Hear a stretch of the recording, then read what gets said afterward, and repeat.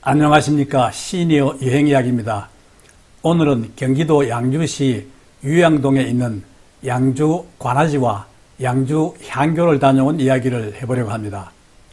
양주 관아지는 조선 중종 1년인 1506년부터 1922년까지 417년 동안 조선시대 한양 동북부의 중심이었던 양주목을 다스리던 관청이 있었던 곳이지요.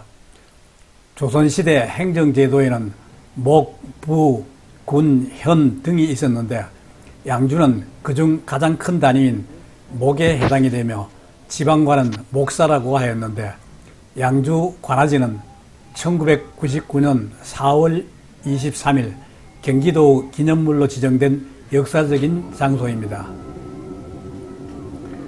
양주시는 1997년 양주 목사의 집무처 즉 동문인 매학당의 복원을 시작으로 2000년부터 2017년까지 5차례에 걸친 발굴조사 결과를 반영하여 동원부 부속 건물 및 내하에 대한 복원을 추진하였습니다. 그 결과 2017년 동원부 부속 건물인 동행각, 서행각, 내산문, 사령청, 외산문, 중념성문, 외렴성문과 양주 목사의 관사였던 내하 산문에 대한 복원을 완료하였죠.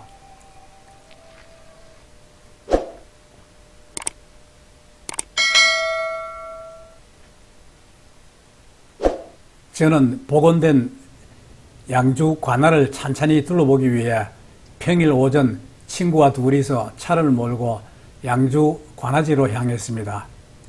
10시 반경 관아지 앞 주차장에 도착, 차를 세워두고 관아지 구경에 나섰는데 양주 관아지 관람은 휴무일 없이 매일 오전 9시부터 저녁 6시까지 할 수 있으며 입장료와 주차료도 없습니다. 주차장에서 관아지 쪽으로 가면 가장 먼저 양주목 관아라는 현판을 단 양주 관아의 외산문이 나타납니다. 외산문은 관아 앞 부분에 설치된 문으로 1층에 문이 있고 2층에는 큰 북을 달아 아침 저녁으로 북을 쳐서 시간을 알렸다고 하죠. 외산문으로 들어서면 정면으로 내산문과 좌우 행각이 보이고 우측에 사령들이 모여있는 공간인 사령청이 있습니다. 내산문은 동원으로 진출입하는 문으로 외산문과 동원 사이에 자리하며 좌행각과 우행각은 내산문의 부속 건물이죠. 한편 사령은 심부름을 하거나 군관이나 포교 밑에 있으면서 죄인에게 곤장을 치는 등의 일을 했던 사람입니다. 내산문을 지나면 정면에 동헌인 매학당, 우측에 동행각, 좌측에 서행각이 있습니다. 매학당은 양주 목사의 정청 건물로 일반 행정 업무와 재판 등이 행해진 장소로서 지방관의 관사인 내하와 구분되어 있고 보통 내하의 동쪽에 있어 동헌이라 부르고 있죠. 현재의 매학당은 1996년 원골 문화마을 조성 계획에 따라 1997년에 복원된 것입니다.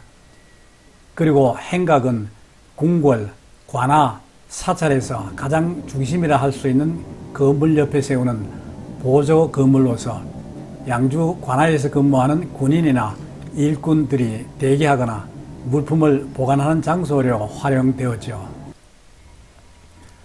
동행각은 동원의 전면부 동편에 위치하고 있고 서행각은 서편에 위치하고 있습니다.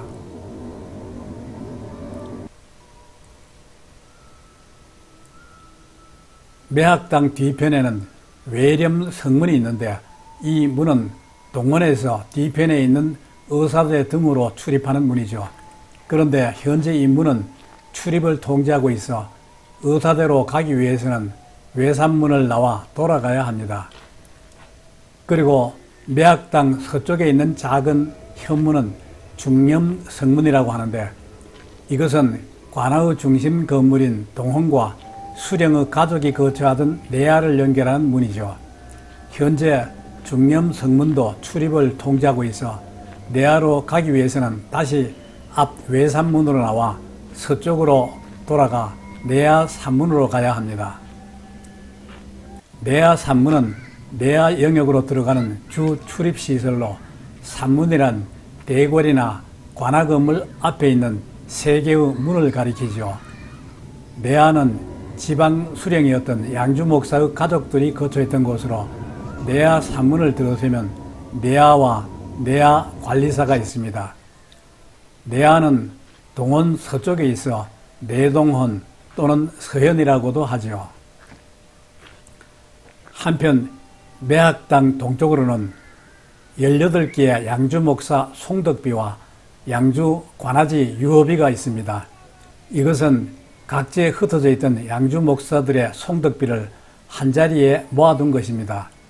유업이는 1989년 10월 옛 관아지를 정리 조성하고 그 기념으로 세운 비입니다.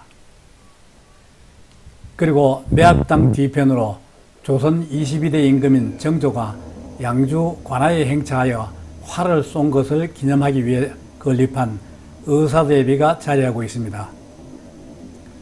정조 임금은 1792년 9월 광릉에 행차하던 길에 양주 목사가 있던 관아에 3일간 머물면서 백성을 심우하여 민정을 살피고 이곳 사대에서 신하들과 활을 쏜 뒤 잔치를 벌였다고 하죠. 양주 관아지를 둘러본 다음에는 그곳에서 멀지 않은 양주 향교로 발길을 옮겼습니다.